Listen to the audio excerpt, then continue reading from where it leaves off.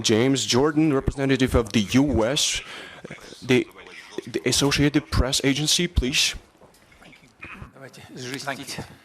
Please be as genuine as you can. The organization of this gathering, it's always fascinating to hear President Putin's views on many global matters. I've been here for 3 years now, and it's always an interesting experience, so thank you. President Putin, yesterday, hundreds of drones were launched into Russia from Ukraine. Some struck a naval base nearby, some struck an oil depot nearby, causing a plume of smoke over St. Petersburg, your home city. Flights were also disrupted into the airport here.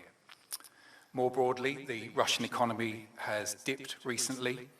Your personal approval ratings have also dipped. And the US says the invasion has become a strategic disaster. Those are the words of Marco Rubio. He also added that Russia won't achieve its war aims by military means alone. Given this, is it still logical to pursue your war aim of controlling the whole of the Donbass region, or are you ready to make a deal? Thank you.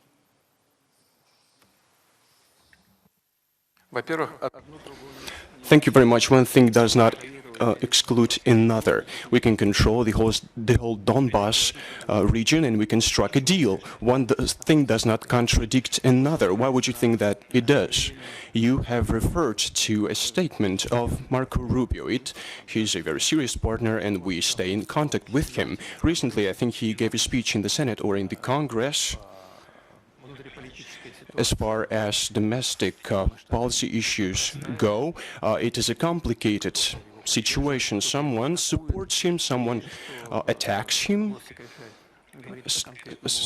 Secretary of State talks about his domestic matters, and it is of interest to us, but we are more interested in a real situation. You're talking about the conflict in Ukraine, so we are interested in the real state of affairs on this track. What does it look like? It looks as follows.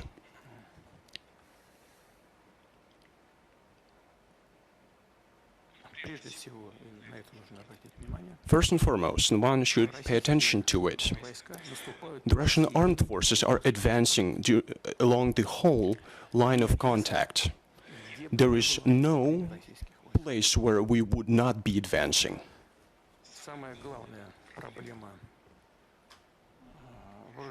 The most important problem or issue of the Ukrainian armed forces is the critical lack of personnel, of servicemen. Recently, the numbers have dropped by 100,000 people. Monthly, they lose about 40,000 people. As a result of this process of busification, they capture people on the streets and put them in the buses like stray dogs. Monthly, they lose about 40,000 people on the battlefield. The compulsory mobilization gives them about 15 to 16,000 people. About 14,000 people come back from hospitals following their injuries.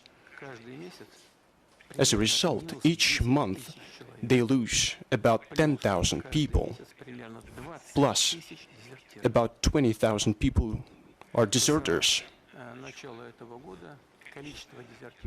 In this year, so far, the number of deserters has amounted to about 60,000 people.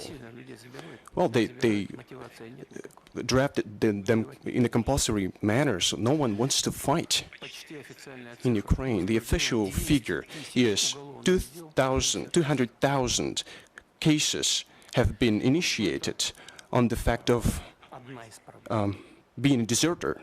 That's one of the issues, but that's the most critical issue in place. It leads to the loss of territory and settlements.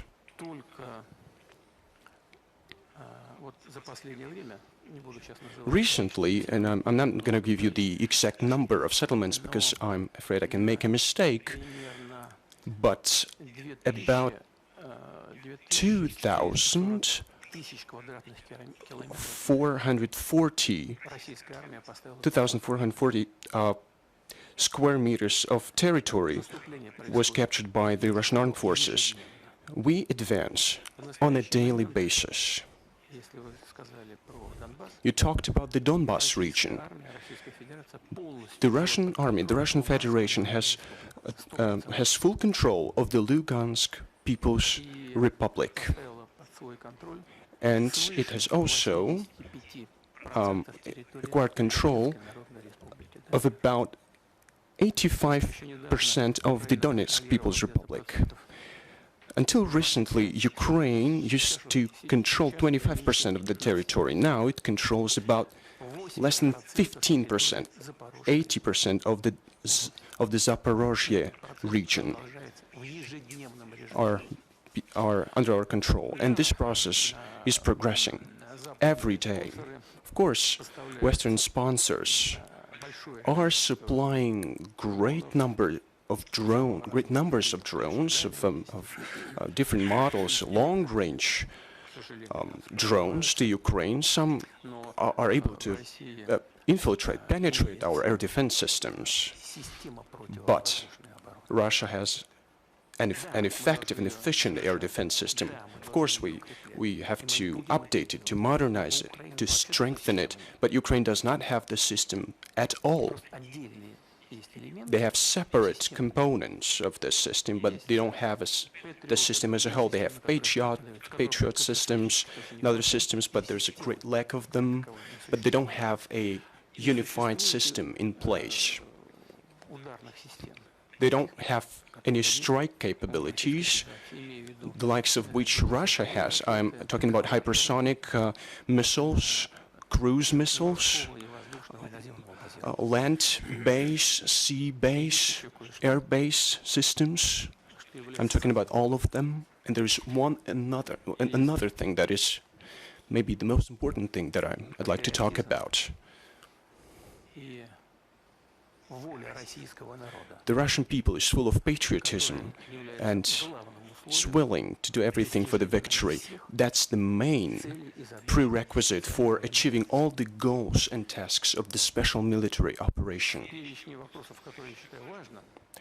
The list of questions that I deem important should include one other thing, one other condition, namely the presence of one's own scientific, military and personnel base for solving all the issues to supply everything that is necessary for the Russian Federation. And this base is being strengthened month in, month out. And of course, it is at the foundation of all those accomplishments that I have just referred to. Therefore, I'd like to sum up what I've been talking about for the last couple of minutes. I'd like to add that there is no doubt that we are ready, that we want to come to an agreement with Ukraine through peaceful means, using the foundation that we discussed with President Trump in Anchorage. Back then,